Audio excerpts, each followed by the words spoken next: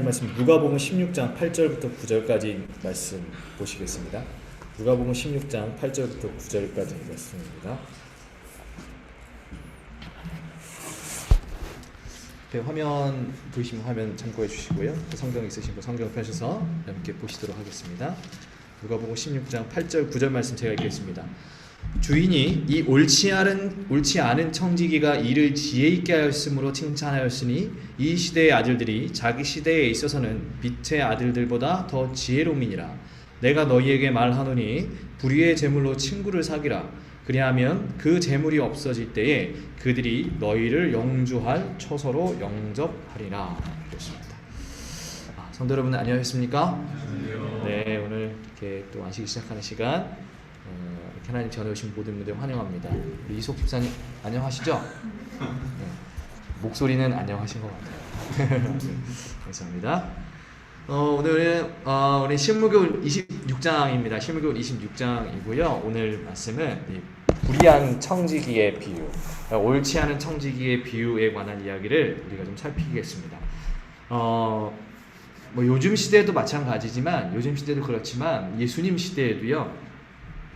이 세상의 사람들, 요즘에 세상의 사람들에게 가장 관심 있고 어떻게 보면은 초점이 맞춰진 부분은 어떤 부분일까요? 사람들이 뭐에 제일 관심을 많이 가질까요?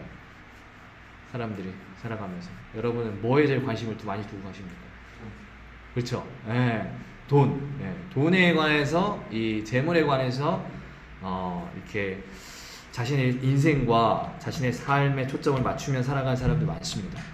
근데 이제 이게 우리 시대에만 그런 것이 아니고 오늘 우리 시대에 뭐 더 옛날보다 더 확장되고 더 강해질 수 있겠지만 사실은 예수님 시대에도 많은 사람들은 그 재물과 이 돈에 대한 욕심이 많았어요. 어느 시대나 마찬가지죠. 사람들은 영원의 생명을 주는 어떠한 사물보다 이 세속적인 사물, 어떤 이 세상에서 살아갈 때 필요하다라고 생각하는 것들에 더 관심이 많았고 하늘의 상급을 받기보다는 어떤 이 현세의 상급을 받기를 원하면서 이제 살아가고 있는 것입니다. 그래서 예수님 시대에 오늘날 시대뿐만 아니라 예수님 시대도 그랬거든요. 그래서 예수님 시대의 가장 큰 특징은 무엇이냐면 예수님 시대 그 유대인들에게 가난한 사람들은 어떻게 취급받았냐면 가난한 사람들은 하나님께 자기들이 축복을 받지 못한 사람이다라고 여겨졌어요. 가난한 사람들. 또 그리고 하나님의 축복을 받았다고 생각하는 사람들이 부류들이 이제 바리새인이나 사두개인 이제 일종의 이제 종교 지도자들이죠. 그 종교 지도자들은 부와 재물을 누리면서 자기들은 하나님께 축복을 받았기 때문에 이러한 재물을 얻게 되었다라고 이야기를 하는 것입니다. 어쩌면 이 종교 지도자들의 삶은 어쩌면 더 청빈하고 어쩌면 더 검소한 그러한 삶을 살아야 할 것인데 하나님의 축복을 빙자해서 여러 가지로 자신의 재물을 쌓는 것에 바빴다라고 하는 것입니다. 그런데 이러한 모습들이 오늘날 우리의 그 뉴스를 보면은 그런 일들이 흔치 않게 일어나지 않습니까? 특별히 이제 한국교회는 우리 재림교회는 특별히 목회자들의 그 재정과 급여에 관한 부분에 있어서 아주 투명하고 아주 명확한 선이 기준이 있기 때문에 그러한 일들이 없는데 일반적인 교회들, 특별히 이제 큰 대형 교회들 있죠. 대형 교회들 가보면은 제가 예전에 이 경희대 앞에 룻교회라고 아주 좀 큰 교회가 있습니다. 그 교회 목사님하고 좀 얘기를 거기 이제 젊은 부목사님하고 얘기를 할 이런 어떤 기회가 있었는데 사경회로 목사님 초빙하잖아요. 그러면은 이게 금액을 제가 말씀드린 게 좀 드려도 되는지 모르겠는데 금액을 이제 우리 보통 목사님들이 사경회를 가잖아요. 그러면은 교회에서 이제 교통비라 그래가지고 어떤 교회는 뭐 10만 원, 어떤 교회는 뭐 20만 원 막 이렇게 드려 한 일주일 봉사하면요 말씀하면은 교통비로. 근데 그 교회에서는 하루에 100만 원을 준다. 하루에 100만 원. 그래서 하루에 100만 원. 일주일에 하면 700만 원이에요. 근데 더 놀랐던 거는 그래 그럴 수 있지 이런 생각했는데 더 놀랐던 거는 그만큼의 그 강사에게 나가는 비용을 담임 목사님에게 또 준답니다. 그래서 왜 그렇게 하냐 했더니 이제 강사 목사님 대접하고 담임 목사님들 고생하니까 이렇게 해야 된대요. 그러니까 그런 것들이 사실 우리가 기준으로는 이해가 좀 안 되잖아요. 근데 그건 아주 한 예고, 아주 작은 예고. 우리가 이제 뉴스를 통해서 접하는 그런 어떤 큰 이야기들 있지 않습니까? 어떤 큰 대형교회 목사님들의 어떤 부정한 일들, 어떤 청빙하지 못하는, 검수하지 못하는 그런 이야기들 우리가 이 시대에도 흔치 않게 이제 느낄 수 접근할 수 있는데, 예수님 시대에도 종교 지도자들이 별반 그와 다를 게 없었다라고 이제 하는 것입니다. 이처럼 이게 재물의 욕심이 세상을 지배하고 있는 이 시대에 예수님께서 가르쳐 주신 이 비유의 말씀은 오늘 우리에게 굉장히 중요한 의미를 가져다 주는 것입니다. 이 재물에 관해서, 또 하나님께서 우리에게 주신 선물들에 관해서 우리는 어떠한 입장을 가지며 어떻게 대처할 그것을 우리가 사용해야 하는가라는 이야기를 오늘 이야기를 통해서 배울 수가 있는 것인데요. 불의한 청지기의 비유, 이 옳지 않은 청지기의 비유 내용은 이렇습니다. 어떤 부자에게 청지기가 한 명 있었죠. 근데 이 청지기가 하는 역할이 뭡니까? 이 주인의 재산을 뭐 하는 거예요? 관리하는 사람이죠. 근데 이 주인한테 얘기가 들리는 거예요. 당신의 청지기가 있는데 그 청지기가 당신 돈을 좀 너무 막 쓰는 것 같다. 제대로 관리하지 않는 것 같다. 이 낭비한다는 말이 들린 거예요. 그래서 그 소문을 듣고 청지기를 불러서 이야기를 합니다. 이 말이 들리는데 어떻게 된 거야? 그러면서 너 이제 청지기에서 이제 파면한다, 파직한다. 청지기 일을 이제 파면시켰죠. 그래서 이제 자기의 그 부정함으로 인해서 한순간에 그 직분에 파면된 이 청지기가 이제 내가 어떻게 살아야 될까, 뭘 먹고 살아야 될까 고민하다가 땅을 파가서 농사를 짓자니 힘이 없고, 또 빌어먹자니, 다른 사람한테 붙어서 빌어먹자니, 제가 또 자기가 그 청지기라고 하는 그 신분이 있었는데 그렇게 하면 또 부끄럽고, 그래가지고 어떻게 할까 고민하다가 문득 아이디어가 떠올랐어요. 아이디어 떠올랐는데 무엇이냐면, 아직 그 자기 파면 소식이 퍼지지 않았을 때, 자기가 파면됐다는 소식이 전해지지 않았을 때, 이 주인에게 빚진 자들을 다 모아서 그들의 빚을 깎아주는 것입니다. 그렇게 해서 이제 내가 차용증을 조작해가지고 이 사람들의 빚을 깎아주면 이 사람들이 나중에 자기가 직업이 없어지고 그 청지기의 직분 파면되면, 이 사람들이 나한테 빚을 졌으니까 나를 어떻게 해주겠다? 나를 좀 케어해주고, 내가 이 직업에서 쫓겨나도 내가 도와줬으니까 나를 좀 영접해주지 않을까? 라는 어떤 기대감을 가지고 이제 주인에게 빚진 자들을 부르는 거예요. 그래서 불러가지고, 당신 이 주인에게 얼마나 빚졌습니까? 저 그 기름 100마를 빚졌습니다. 그래서 기름 100마리면 여러분 얼마 정도 되냐면은, 제가 아까 봤더니 4톤이에요. 4톤. 그 올리브유이 기름이 이제 올리브유인데, 제가 이제 아까 인터넷 찾아보니까 올리브유가 뭐 1리터에 뭐 15,000원 하는 경우도 있고, 한국에서 뭐 2만 원 하는 경우도 있는 것 같은데, 그럼 4톤이면 도대체 얼마예요? 2만 원이나 잡으면 8천만 원이에요. 8천만 원. 8천만 원 빚졌는데 증서를 가지고 와가지고 이제 고쳐 쓰라고 하죠. 거기다가 얼마큼 쓰라고요? 50마리라고 써라. 그리고 두 번째 사라고 왔어요. 이 사람은 얼마를 빚졌냐면 밀 100석. 밀 100석을 빚었어요. 그리고 증서를 가지고 와가지고 80으로 고쳐 쓰라. 이렇게 얘기해 줬어요. 이 차용증을 다시 써준 거죠. 그래서 이 주인이 근데 이제 신기한 것은 8절에 우리가 아까 읽었던 본문 말씀을 보니까 이 주인이, 이 청지기가 이렇게 했음에도 불구하고 옳지 않은 청지기가 일을 지혜 있게 했으므로 뭐 했다 그랬어요? 8절 보니까 칭찬하였더니 이 세대의 아들들이 자기 시대에 있어서는 빛의 아들보다 더 지혜롭다. 그리고 예수님께서 불의의 재물로 친구를 사귀라. 그리하면 재물이 없어질 때에 그들이 너희를 영원히 살 처소를 영접하리라 라고 하면서 오늘 그 비유의 이야기가 마쳐집니다.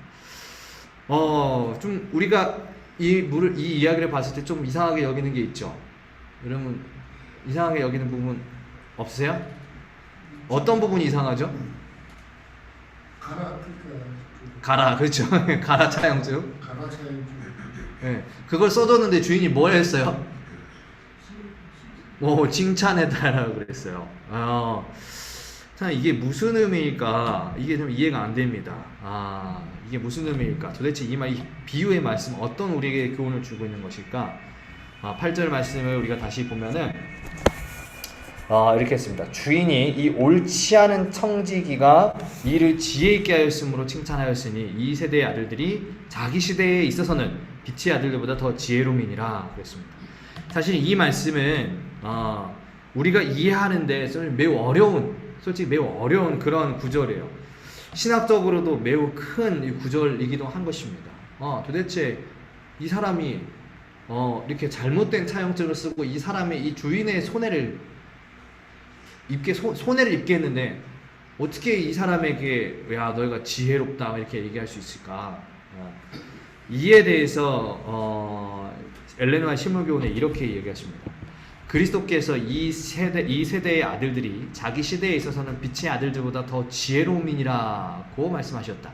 이 말씀은 다시 말하면 세속적으로 지혜 있는 사람들이 저희 자신을 섬기는 일에 있어서 하나님의 자녀라고 하는 자들이 하나님을 섬기는 일보다 더 많은 지혜와 열성을 나타내고 있다는 것을 의미하는 말이다. 그렇습니다. 자, 오늘 여기 언감의 글에 소개하는 이 부분에 대한 설명은 자기 유익을 위해서 불의하게 주인의 재산을 손해를 끼친 이 청지기에 대해서 너가 지혜롭게 잘했다라고 칭찬한 게 아니고 예수님의 이 말씀의 뜻은 무엇이냐면 쉽게 말하면 이 사람들이 하나님의 하나님을 섬기는 일보다 그것에 대한 지혜와 열성보다 자기를 섬기는 일에 더욱 세속적으로 지혜를 쓴다라고 하는 이 말을 의미한다라고 하는 것입니다. 그러니까 이 말씀의 의미가 너 참 잘했어. 그래서 지혜롭게 잘했어. 칭찬하는 게 아니고 여러분 이 불의한 청지기 비유는 이 옳지 않은 청지기 비유는 다른 비유들과 조금 달라요. 무엇이냐면 대부분 여러분 이 주인이 나오는 비유에서 주인이 나오는 비유들이 있죠. 그 비유들에서 주인은 누구를 상징하죠? 대부분 하나님을 상징하잖아요. 그런데 여기는 전혀 그렇지 않습니다. 이 주인도 어떤 사람이냐면 되게 청지기도 옳지 않은 사람이지만 주인 역시도 세속적인 일에 욕심이 많은 사람이다라고 했어요. 그러니까 사실은 다 나쁜 사람이에요. 그리고 이 사건은 예수님께서 교훈을 주시기 위해서 어떤 이야기를 만들어서 하신 것이 아니고 그냥 실제로 있었던 그 실화의 내용을 다루고 있는 거예요. 실화의 내용 다루고 있는데 그래서 이 주인은 이 세속적인 삶을 살았던 이 주인은 이 종에게 이제 우리가 보기에는 칭찬을 하고 이렇게 하는 것 같지만 이것이 어떤 칭찬이라는 말보다는 어떤 책망을 의미하는 것입니다. 그리고 이에 대해서 예수님은 어떻게 말씀하셨냐면 그러한 책망이 어떤 의미를 가지고 있냐면 이 세상 사람들이 너무 세속적인 일에 자기의 지혜와 열정을 매몰한다는 것, 열정을 두고 살아간다라고 하는 것입니다. 하나님을 섬기며 하나님께 지혜와 열성을 나타내야 하는 사람들이 그걸 지금 못하며 살아갔다고 하고 있다는 것이죠. 여러분 우리가 질문해 봅니다. 여러분 지혜라고 하는 것은 여러분 누가 주시는 것입니까? 하나님이 우리에게 주시는 것이죠. 그런데 하나님께 받은 그 지혜를 하나님께 사용하기보다는 오로지 자기를 위해 사용한다. 마치 오늘 이 비유에서 자기가 잘렸을 때 그때를 대비해서 자기 친구들에게 이 채무자들에게 빚을 몰래 깎아주었던 이 불의한 청지기처럼 많은 사람들이 하나님께서 나에게 주신 것들을 하나님의 것을 자기의 것이라고 생각하면서 자기의 유익을 위해 사용한다는 거예요. 그러면 여러분 이것이 어떠한 범죄에 해당합니까? 하나님의 내 것이 아닌 것을 마치 내 것처럼 쓰는 것.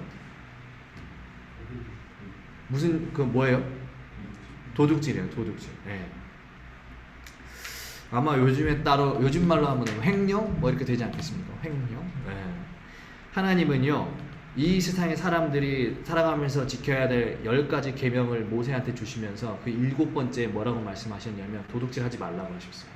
그리고 10번째 뭐라고 말씀하셨습니까? 이웃의 소유를 탐내지 말라고 하셨어요. 하나님께서 도둑질하지 말고 탐내지 말라라고 하셨습니다. 근데 너무나 많은 사람들이 하나님의 것을 탐하며 살아가는 것입니다. 하나님의 것을 도둑질하며 사는 것. 하나님께서 주신 것, 하나님의 것을 마치 내 것인 것처럼 나를 위해서 살아가는 그러한 도둑질. 그러한 탐심에 휩싸여서 이렇게 불의한 청지기처럼 살아가고 있는 것입니다. 이것은 우리가 재물만을 이야기하는 것이 아닙니다. 우리가 하나님께 지난주 살펴봤던 것처럼 하나님은 우리에게 많은 달란트를 주셨습니다. 그 달란트는 재물뿐만 아니고 어떤 재능, 시간, 힘, 언어, 지능, 건강 아주 다양하게 우리 달란트를 받았습니다. 하나님께서 우리에게 선물을 주셨어요. 하나님께서 우리의 삶에 맞게 우리의 삶에 어울리는 많은 선물을 주셨는데 그것들이 오직 나의 유익을 위해서만 사용되고 있다라고 한다면 우리는 이 7계명과 10계명 10번째 계명과 7번째 계명에서 자유로울 수가 없는 것입니다. 오늘 우리는 오직 나의 유익을 위해서만 하나님의 선물을 사용하고 있지 않는가 고민을 해봐야 되는 것이죠. 신물교훈에 이렇게 이야기했습니다. 슬프게도 하나님의 선물을 자기 자신만을 위해 사용하는 자들이 얼마나 많은가. 사람들은 하나님의 것을 도둑질하는 죄를 범하고 있다. 즉 그들은 재물을 이기적으로 사용함으로써 고난 중에 있는 인류를 구제하고 영혼을 구원하는 일로서 하나님께 돌려야 할 영광을 빼앗고 있다. 각 사람은 자기에게 맡겨졌던 선물을 내어놓으라는 요구를 받게 될 것이다. 최후의 심판의 날에는 사람들이 쌓아두었던 재물이 그들에게 쓸모없는 것이 되고 말았다. 그날에 그들이 자기 것이라고 할 수 있는 것은 아무것도 없을 것이다. 무슨 제 권면입니다. 최후의 심판의 날, 우리가 이 땅에서 정말 우리를 위하여 쌓은 모든 것들, 쌓으려고 노력했던 그 모든 것들이 다 쓸모없는 것이 되는 것입니다. 내 것이 최후의 심판의 날은 내 것이로 남지가 않아. 나의 유익을 위해서만, 나의 어떤 오락을 위해서만, 나의 만족을 위해서만 땀 흘리고 열정 쏟고 시간을 투자한다면, 나의 재물들이 온전히 나를 위해서만 그렇게 사용된다면 우리는 사실 여러분 굉장히 의미 없는 인생을 살아가는 것입니다. 아무 보람 없는 인생을 살아가는 거예요. 왜요? 그것이 다 내 게 아니니까요. 내 것이 될 수가 없어요. 결과적으로 우리가 예수님을 믿고 예수님의 재림을 고대하고 소망하는 사람들이 정말 하나님께서 나에게 주신 것들을 나를 위해서만 열심히 일하고 그렇게 사용한다면은 우리는 마치 우리 끝에는 허무함과 허탈함밖에 누릴 수가 없을 것입니다. 그러므로 우리가 정말 가치 있는 삶을 살아가기를 소망한다면 하나님의 것을 하나님께 드리며 살아가는 우리 모든 성도님들이 되었으면 좋겠습니다. 그러면은 이제 우리가 가진 재물과 하나님의 선물들을 하나님께 드리면서 어떻게 드리면서 사는 것인가? 드리면서 사는 것이 무엇인가? 오늘 비유에서 9절의 말씀은 이렇게 또 이야기합니다. 내가 너희에게 말하노니 불의의 재물로 친구를 사귀라. 그리하면 그 재물이 없어질 때에 그들이 너희를 영주할 처소로 영접하리라. 자, 여러분 이 말씀 보시면 어떠세요? 이 말씀도 조금 아이러니하지 않으세요? 뭔가 좀 이상하지 않으세요? 친구를 사귀라고 했는데 어떤 재물로 사귀라고 했어요? 불의의 재물로. 약간 우리가 듣기에는 부정한 재물을 가지고 우리가 친구를 사귀어야 된다. 근데 그렇게 친구를 사귀면 어떻게 된대요? 그 친구가 나중에 나한테 영주가 뭡니까? 영원히 거주할 수 있는 처소로 우리를 데려간다는 거예요. 여러분 영원히 거주할 처소는 누가 주시죠? 하나님 예수님이 주시잖아요. 그러면은 우리가 부정한 재물로 친구를 사귀면 부정한 재물로 우리가 그렇게 친구를 사귀면 예수님께서 우리를 이렇게 하늘로 데려가신다는 얘기인가? 도대체 이게 이해가 안 가는 말일 수가 있어요. 근데 이 말씀은 우리가 유대인들의 사고로 봐야 돼요. 유대인들의 이 가치관, 정신으로 이 말씀을 봐야 되는데 여기 이제 불의한 재물로 친구를 사귀라. 여기서 이제 불의한 재물이라고 하는 이 구문은 히브리인들의 관점에서 유대인들의 관점에서 비롯된 표현인데 유대인들은 모든 재물들은 다 악하다고 취급했어요. 모든 재물들은 그 악에서 출발하는 것이라고 생각했습니다. 근데 앞서 말씀드린 것처럼 가장 유대인적이고 히브리인적인 삶과 사고를 가지고 살아왔던 종교 지도자들은 어떻게 했다고요? 부유함 속에 살아간 거예요. 그러니까 얼마나 이중적입니까, 여러분? 그들의 사고는, 그들의 가르침과 그들이 믿었던 그 문화의 그떤 교훈은 재물은 악한 것이다, 하나님께서 주신 것이 아니고 불의한 것이다 라고 생각했는데 실제적으로 그들의 삶에서는 많은 부를 쌓아두고 살아가니까 이거 얼마나 여러분이 이중적이에요. 그죠? 여하튼 예수님은 이러한 이유로 인해서 히브리인들 즉 유대인들에게 더욱 잘 설명하시기 위해서 이 재물이라고 하는 이 단어를 불의하다라고 표현한 것입니다. 예수님의 이 말씀은 우리가 요약하자면 재물을 너희를 위해서 쓸 것이 아니라 또한 우리가 탕자 이야기 아시죠? 탕자처럼 어떤 친구들을 사귀는 데 사용할 것이 아니라 친구를 위해서 도움을 주기 위해서 사용하라는 그 말씀의 의미를 가지고 있어요. 그리고 그러한 도움이 결국 우리의 품성을 결정하고요. 그 품성이 우리가 그리스도를 우리의 삶 속에 영접하게 하고 또한 그러한 삶, 우리가 나눌 수 있는 삶, 그러한 품성을 가진 사람들이 하늘에서는 중요한 기준이 된다는 것을 말씀하고 계시는 것입니다. 중요한 교훈이 있습니다. 하나님의 것을 도적질하지 않는 방법, 하나님의 것을 탐하지 않는 방법. 그 방법이 무엇이냐면 우리가 달란트에 비유해서 가르치는 것처럼 쓰지 않고 가만히 내버려 두는 것이 아니다라는 거예요. 하나님께서 우리에게 주신 것들이 있죠. 뭐 재물이든 시간이든 재능이든 무엇이든 그것을 우리가 가만히 가지고 우리 내버려 두고 있으면 그것은 사실은 하나님의 것을 썩히는 것이기 때문에 그것은 도적질하는 것과 같은 것입니다. 그러므로 그것을 가만히 내버려 두는 것이 아니라 우리가 그것을 하나님의 것을 가졌다고 훔친다고 해서 도적질하는 것이 아니라 그것만이 도적질하는 것이 아니라 이것을 쓰지 않고 나누지 않고 그것을 가만히 냅두면 우리는 그 7계명과 10번째 계명에서 그것조차 자유로울 수 없다는 거예요. 예수님께서 우리에게 알려주신 방법은 친구를 위해서 어려운 사람을 위해서 나누고 도우는 것입니다. 그것이 우리가 하나님의 것을 도적질하지 않는 이런 방법인 것입니다. 하나님의 것을 탐하지 않는 방법이에요. 하나님께서 우리에게 주신 것을 다른 사람에게 다시 복으로 나눌 수 있을 때 우리는 그 7번째와 10번째 계명에서 자유로울 수 있는 거예요. 실무교훈의 370페이지 이렇게 기록했어요. 하나님께서는 한 사람을 사치스럽고 호화롭게 살고 다른 사람의 자녀들은 빵을 위해 애걸하도록 결코 의도하지 않으셨다. 하나님께서 우리 사람을 창조하실 때 이 사람은 굉장히 호화롭게 사치스럽게 살고 어떤 사람은 그 먹을 것이 없어서 굉장히 힘들고 어렵고 빈곤하게 살도록 창조하지 않으셨다는 거예요. 그러면 지금 오늘 우리는 왜 이렇게 빈부의 격차가 있는 것인가? 이것은 죄의 결과죠. 그런데 가난한 사람이 죄인이다 이런 이야기를 드리는 게 아니고 이 죄가 만들어 놓은 환경, 그 환경 때문에 이 세상에는 누구는 가난하고 누구는 너무나 그것이 사치스러울 정도로 이렇게 크게 살아가고 있는 것입니다. 이어서 얘기합니다. 실생활에 필요한 재물 이상의 것은 인류에게 선을 베풀고 복을 끼쳐주기 위하여 사람들에게 위탁된 것이다. 자, 오늘 여기 중요한 말씀이 있어요. 하나님께서 우리에게 주신 것들은 너 가져 이렇게 주신 거예요? 아니면 위탁된 거라 그랬어요? 위탁은 뭐예요, 여러분? 맡긴 거예요, 맡긴 거. 이 맡긴 게 있으면 하나님께서 반드시 뭐 하십니까, 여러분? 셈하십니다. 아까 그 주인이 와가지고 청지기에게 셈했죠. 결산했죠, 결산. 하나님 반드시 결산하실 것입니다. 최후의 심판의 때 하나님께서 우리에게 맡기신 것들 반드시 결산하실 거예요. 내가 너희에게 이러한 것들을 주었는데 너희는 그것들을 가지고 어떻게 활용해내냐.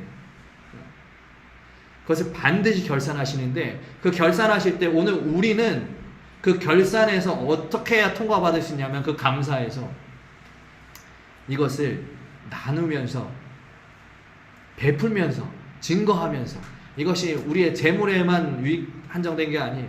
아까 말씀드렸던 것처럼 하나님께서 나에게 주신 그 모든 재능, 시간, 건강, 이 모든 선물들, 이 모든 것들 우리가 나누면서 살아갈 때 우리가 그 마지막 결산을 통과할 수 있는 것입니다.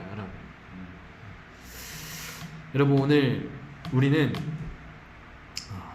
그리스도인이죠. 그리스도인은 이 세상에 만들어 놓은 그 죄의 유행과 문화들을 이기면서 살아가는 사람들입니다. 이 세상은 그 죄의 결과로 인해서 빈부가 생겼습니다. 자기의 것만 가지려고 하는 그런 어떤 욕심이 생겼어요. 그러나 그것들을 우리가 그리스도의 능력으로 조금씩 이기고 바꾸어 나가는 사람들이 그리스도인이 되어야 하는 거예요. 거기에 휩싸여 가지고 거기에 같이 휩싸여서 흘러가는 게 아니고, 이런 죄가 만들어 놓은 문화대로 그렇게 휩싸여서 흘러가는 게 아니고, 그것들을 거슬러서 마치 그 연어가 그 강을 거꾸로 올라가듯이 거슬러 올라가서 죄가 만들어 놓은 환경을 이기면서 사는 사람들이 그리스도인들이 살아야 할 삶이죠. 그러므로 여러분, 세상은 네가 가져도 돼, 다 네 거야 라고 말할지 몰라도, 오늘 우리는 이것이 우리에게 위탁받은 거라는 그러한 사명 의식을 가지고 청지기로서 그것을 나누면서 살아갈 수 있는 그러한 모든 성도님 되시기 바랍니다. 그때 그러한 품성을 가진 우리가 되어서 그 최후의 결산의 때 예수님께서, 하나님께서 우리에게 물으실 때 우리가 예수님 앞에서 의로운 이야기를 할 수 있는, 좋은 이야기 할 수 있는 모든 성도님들 되시길 바라며 오늘 말씀 마칩니다.